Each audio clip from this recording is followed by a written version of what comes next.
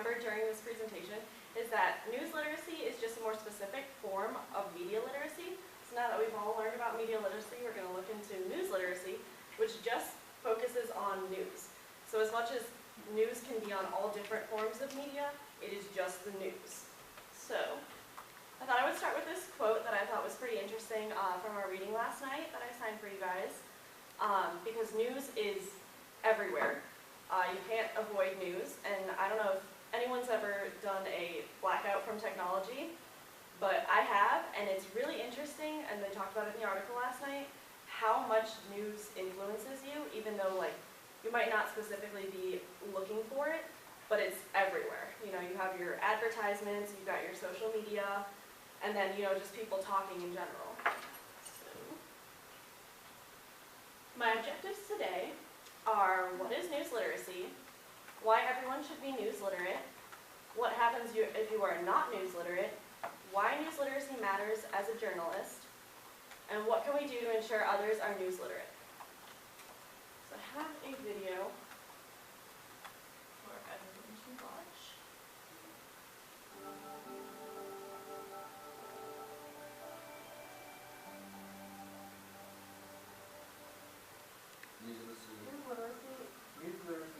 News literacy is really necessary, utterly necessary, absolutely so, for this democracy to function. News literacy is a life skill.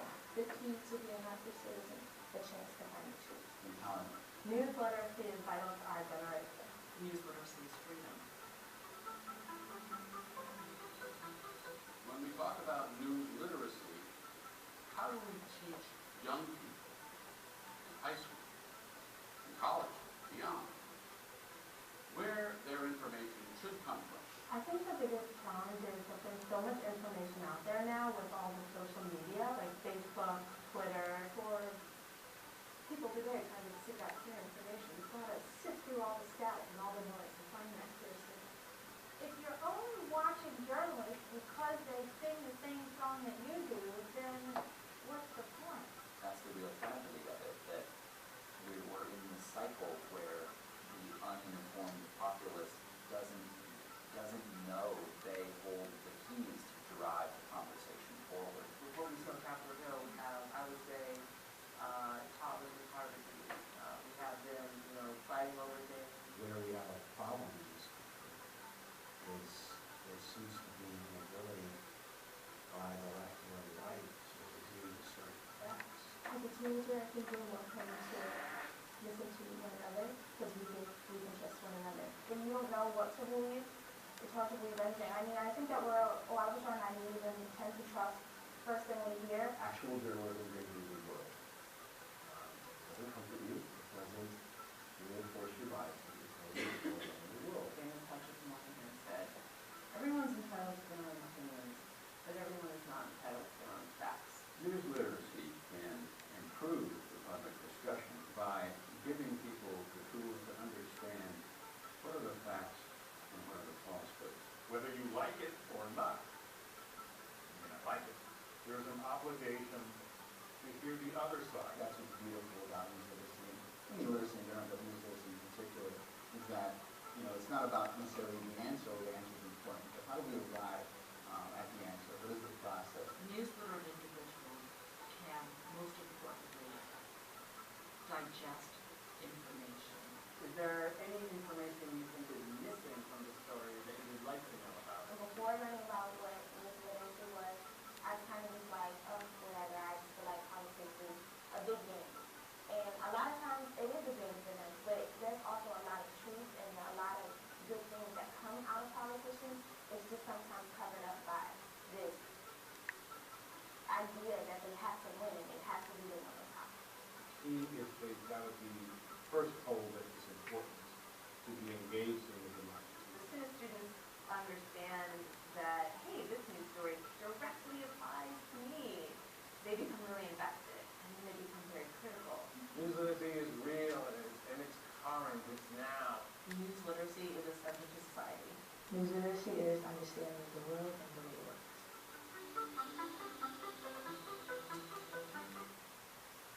Okay, so just a little commentary on that video. That just kind of gives you a little background of like why news literacy is so important to us and how basically we all need to be critical of what we're reading and looking at the news and questioning every single thing that we read. So now I have a little activity for us to do. One of the main topics in news literacy is fake news, and it's distinguishing between what's fake and what's real and finding your facts.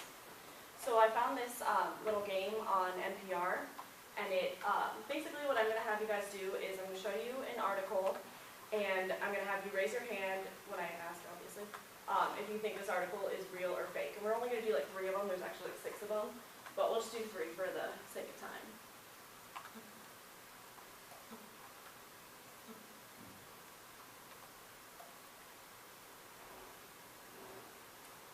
So here is article number 1, and the title is 35-year-old man sues his mother after being evicted from basement of her home.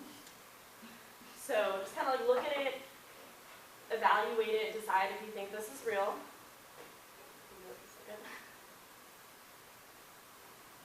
And then whenever you guys are ready, raise your hand if you guys think this is a real article or a fake article.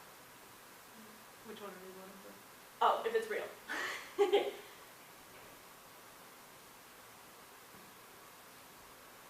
Okay. So it looks like the majority of us think that it's fake. So I'm going to go ahead and put X. And it is fake. So that's good. So you guys are good on that one. Next one, she will not be missed. Children deliver harsh send-off in mother's death notice. Literally says, go to hell, mom. So, look at it again. You know. And raise your hand if you think this is a real article.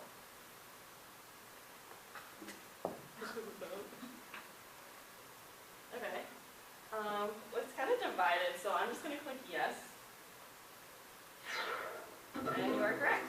This was an article on NPR. And then the last one we're going to do. Man allegedly changed bar's cable TV package to watch Arizona Wildcats game. And raise your hand if you think this is real. Alright, so I'm going to say yes. And it is correct. This was on ABC. So basically the idea of this activity is just to kind of show you guys that sometimes the headlines are these crazy wild things, and pretty much anyone can just write whatever they want and post it online. And people read it, and then they decide to share it, and then it goes viral, and all of a sudden there's all this crazy stuff going on where people think this stuff is real, and some of it's not real. So that's why news literacy is so important for us to question what we're seeing and determine what is real and what's not. So, sorry, it's like a gigantic quote, but I found this quote on schooljournalism.com, which is just kind of a website that has a couple links to news literacy and a couple other links to like journalism articles and things about journalists. So basically, it says news literacy is the acquisition of 21st century critical thinking skills for analyzing and judging the reliability of news and information. I'm going to stop there because it's really wordy.